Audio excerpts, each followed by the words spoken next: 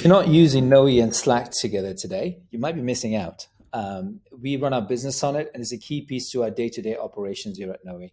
And it does four things. One is the ability to ask questions in plain English across your data. Second is pushing dashboards and data sets right into Slack channels. For example, our sales team gets their opportunity and pipe reports at 8 o'clock in the morning on the trot every day so that everyone's on the same page. Number three is alerts and trigger notifications. So if there is anomalies in your data, so for example, if our production instance or one of our production instances is running hot, being able to send an alert into operations channel so that the right engineer can go take a look. So that's alerts and trigger notifications. And then the last bit is to be able to access your dashboards and visualizations right within Slack, and also being able to do ad hoc slice and dice analysis on those as well.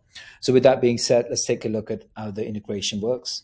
To install the app, very straightforward. Go search for Knowi in the Slack App Store, couple of clicks as long as you have rights to install it. And then authenticate using your Knowi credentials so both systems can talk to each other. And then once you do that, then you'll see a list of all your dashboards you have access to. You can grab it right within Slack. You can also ask questions, do filter type mechanisms right within Slack here as well, or within one click go to that right dashboard within Knowi as well. For schedule reports, we do something similar. You can always rerun it to get you the right updated report, as well as the same set of functionality that you see here. If you want to ask ad hoc questions on your data, so for example, if I have a stock data in my account, and I want to know what's the average price for Tesla type monthly, based on what I've typed in, it's going to go find the right data set, do the analysis, and give me the results back, right? So this is what this Tesla stock over time looks like. And let's say if I want to compare this against, say, Amazon, it would do something like compare average price for Tesla versus Amazon on a monthly basis. Let's say also since last year.